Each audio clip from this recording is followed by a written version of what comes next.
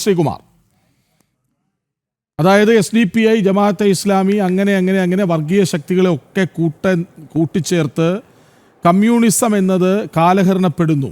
അത് ത്രിപുരയിൽ നമ്മൾ കണ്ടു, ബംഗാളിൽ നമ്മൾ കണ്ടു, ഇനിയിപ്പോൾ കേരളത്തിലോ എന്ന സൂചനകൾ വരുന്നുണ്ട്.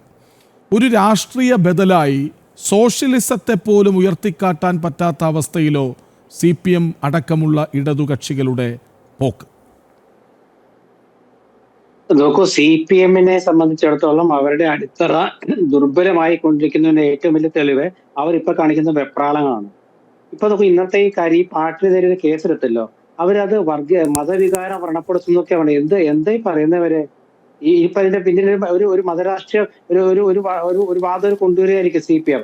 പക്ഷെ നോക്കൂ, കേരളത്തിലെ ഹിന്ദുക്കളാണെങ്കിലും മുസ്ലിംസ് ആണെങ്കിലും ക്രിസ്ത്യാനികളാണെങ്കിലും ഈ CPM-ന്റെ കപട രാഷ്ട്രീയമൊക്കെ മനസ്സിലായി കഴിഞ്ഞു. അത് മാത്രമല്ല കൃഷ്ണരാജെ, നമ്മളിപ്പോ ഈ ചർച്ച ഇപ്പൊ ഇവിടെ നമ്മുടെ ശ്രീ ഉല്ലാസും ശ്രീ ഹക്സറും അവര് രണ്ടു കൂട്ടരും പരസ്പരം അവരുടെ രാഷ്ട്രീയത്തെ കുറിച്ച് പറഞ്ഞല്ലോ.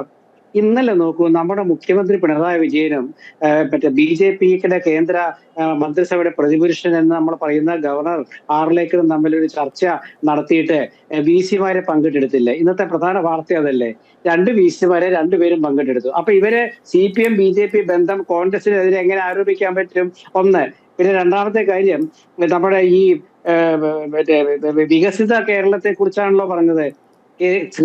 BJP-യുടെ 2 കേന്ദ്രമന്ത്രിമാരിലെ ഒരു സൂപ്പർ സ്റ്റാർ ആയ കേന്ദ്രമന്ത്രി തൃശ്ശൂരുണ്ട്, സുരേഷ് ഗോപി. അദ്ദേഹം കഴിഞ്ഞ തെരഞ്ഞെടുപ്പ് ജയിച്ചപ്പോഴേ ഞാനും ശ്രീ ഉല്ലാസമൊക്കെ താമസിക്കുന്ന തൃശ്ശൂർ അസംബ്ലി മണ്ഡലത്തിലെ ഉൾപ്പെടെ ലോക്സഭാ മണ്ഡലത്തിലെ 7 അസംബ്ലി മണ്ഡലങ്ങളിൽ 6 ഗുരുവായൂർ ഒഴിച്ച് അവരായിരുന്നു ഭൂരിപക്ഷം.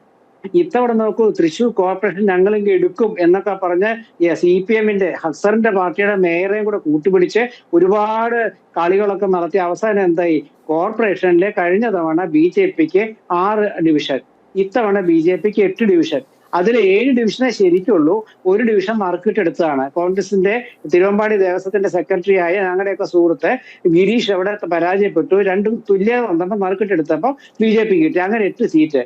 ഇവിടെ എന്ത് വികസിത ആണ് സുരേഷ് ഗോപിയുടെ വികസിത ജനങ്ങൾ അംഗീകരിച്ചോ? ഇല്ല. കാരണം എന്താണ്? വിശ്വാസമില്ല. വെറുതെ ഡയലോഗ് പറഞ്ഞിട്ട് കാര്യമില്ലല്ലോ. ഇപ്പൊ അദ്ദേഹം കലിംഗ സംവാദം നടത്തി, ഒരു ഗുണം ഉണ്ടായില്ല എന്നുള്ളത് രഹസ്യമായിട്ട് BJP-ക്കാർ തന്നെ പറയും. അപ്പൊ കേന്ദ്രമന്ത്രിയുടെ മണ്ഡലമായ തൃശ്ശൂരിലത്തെ കോർപ്പറേഷനിൽ മാത്രമല്ല, തൃശ്ശൂർ ജില്ലയിൽ അവർക്ക് 1-2 പഞ്ചായത്തുകൾ ഉണ്ടായിരുന്നു. അവിടെ ഇപ്പൊ UDF-ഉം തിരുവല്ലാമല അവര് ഭരിക്കും. UDF-ഉം അവണിശ്ശേരി ദത്തെടുത്തതാണ് സുരേഷ് ഗോപി. പക്ഷെ അവിടെ UDF-യുടെ BJP-യുടെ LDF 4 എങ്ങനെയാണ്? അപ്പൊ അത് പറഞ്ഞാൽ അതിനർത്ഥം എന്താ വെച്ചാല് സുരേഷ് ഗോപിയുടെ വികസിത കേരളത്തെ ജനം ശരിക്കും അംഗീകരിക്കുന്നില്ല. കാരണം എന്താണെന്ന് വെച്ചാല് കേരളത്തിലെ ഗവൺമെന്റും കേന്ദ്രത്തിലെ ഗവൺമെന്റും 2 പാർട്ടികളെ ഭരിക്കുന്നെങ്കിലും പല ഘട്ടങ്ങളിലും അവർ ഒന്നിച്ചു നീങ്ങുക. അവസാനത്തെ കാര്യം, ഇന്നലത്തെ VC-മാരെ പങ്കിട്ടെടുത്തുകൂടെ ആ പ്രശ്നം അങ്ങ് അവസാനിച്ചു. പണ്ട് 1-ാം ക്ലാസ്സിൽ പഠിക്കുന്ന ഒരു കഥ, പുലിയേച്ചാൽ ഞങ്ങളുടെ വഴക്ക് തീർന്നു എന്ന് പറയില്ല, അതുപോലത്തെ ഒരു കാര്യം. അപ്പൊ ഇങ്ങനെയൊക്കെയുള്ള അവസ്ഥയില് കോൺഗ്രസ് എന്താണ്? കോൺഗ്രസിന്റെ 2 കൂട്ടർക്കും കോൺഗ്രസ് രാഷ്ട്രീയ ശത്രുക്കളാണ്. CPM-ന്റെ താല്പര്യം എന്താ? കേരളത്തിൽ കോൺഗ്രസ് വരരുത്. BJP-യുടെ താല്പര്യം എന്താ? കേരളത്തിലും കോൺഗ്രസ് വരരുത്. അപ്പൊ ഈ 2 കൂട്ടരും അവരുടെ രീതിയിൽ കോൺഗ്രസിനെതിരെ ഒരു നിലപാടെടുക്കും. അങ്ങനെ നിലപാടെടുക്കുമ്പോൾ ആ നിലപാട് ജനങ്ങൾ എങ്ങനെ കാണും എന്നുള്ളതിന്റെ ഏറ്റവും വലിയ ഉദാഹരണമാണ് ഈ തദ്ദേശ തെരഞ്ഞെടുപ്പിലുണ്ടായ വിജയം. ആ വിജയം നിസ്സാരമായിട്ട് കാണാൻ പറ്റുമോ കൃഷ്ണദാരെ? അപ്പൊ വളരെ കൃത്യമല്ലേ ഞാൻ ഈ ചർച്ചയിൽ എത്ര വട്ടം ആവർത്തിക്കണമെന്ന് എനിക്കറിയില്ല. കാരണം എന്താ അറിയാമോ? ഇവിടെ BJP-യുടെ അവർക്ക് അറിയാം, ഒരു കോർപ്പറേഷൻ അവര് വലിയ കക്ഷിയായിട്ട് മാറിയിട്ടുണ്ട്. പക്ഷെ നോക്കൂ, ഹസ്സറിന് താല്പര്യമുള്ള ഇടതു മുന്നണിയുടെ ആ ശക്തി എവിടെ പോയി? ഇവര് ചേർത്ത് പിടിച്ചിട്ട് ഇവര് വിപ്ലവം പറഞ്ഞിട്ടും വർഗീയതയ്ക്കെതിരെ പ്രസംഗിച്ചിട്ടും അതുപോലെ ജനങ്ങളുടെ എന്താ പറയുക ജനങ്ങളുടെ കാര്യങ്ങളിൽ ഇടപെട്ടിട്ടും ഒക്കെ എന്താ തോറ്റത്? ആ ഒരു അരിശമല്ലേ മണിയാശാന്റെ വായിൽ നിന്ന് വന്നത്. പിന്നെ അതേ തിരുത്തി. അഡ്വക്കേറ്റ് TS ഉല്ലാസ് ബാബു, സമയപരിമിതി ഉള്ളതുകൊണ്ടാണ് ഇടപെടുന്നത്. നോക്കൂ, ഈ 2 പേർ പറഞ്ഞതിന് മറുപടി പറയാം. ഒപ്പം ഒരു ചോദ്യം കൂടി, കേരളത്തിൽ CPM-ന്റെ ഭാവി എന്താണ്? അല്ല, കേരളത്തിലെന്നല്ല, ഇന്ത്യയിൽ തന്നെ CPM ഇല്ലാതെ പോയിട്ടില്ല. കേരളത്തിലെ CPM അധികം വൈകാതെ തന്നെ ഇപ്പോൾ അതിൻ്റെ കഴുക്കോലും പോയി, ഉത്തരവും പോയി, അതെല്ലാം പോയി. ഇനി ഇതിൻ്റെ 16 അടിയന്തരം ഊട്ടേണ്ട ഉത്തരവാദിത്തം പിണറായി സർക്കാരിൻ്റെ നേതൃത്വത്തിലുള്ള മന്ത്രിമാർ വളരെ കൃത്യമായിട്ട് ജനങ്ങളോട് ദ്രോഹം കാണിച്ചുകൊണ്ട് ചെയ്തുകൊണ്ടിരിക്കുന്നുണ്ട്. അപ്പോൾ അതുകൊണ്ട് കേരളത്തിലെന്നല്ല, ഇന്ത്യ മഹാരാജ്യത്ത് ഇങ്ങനൊരു സാധനം ഉണ്ടായിരുന്നു എന്ന് ചരിത്രത്തിൽ മക്കൾ പഠിക്കേണ്ടി വരും എന്നുള്ള യാഥാർത്ഥ്യമാണ്.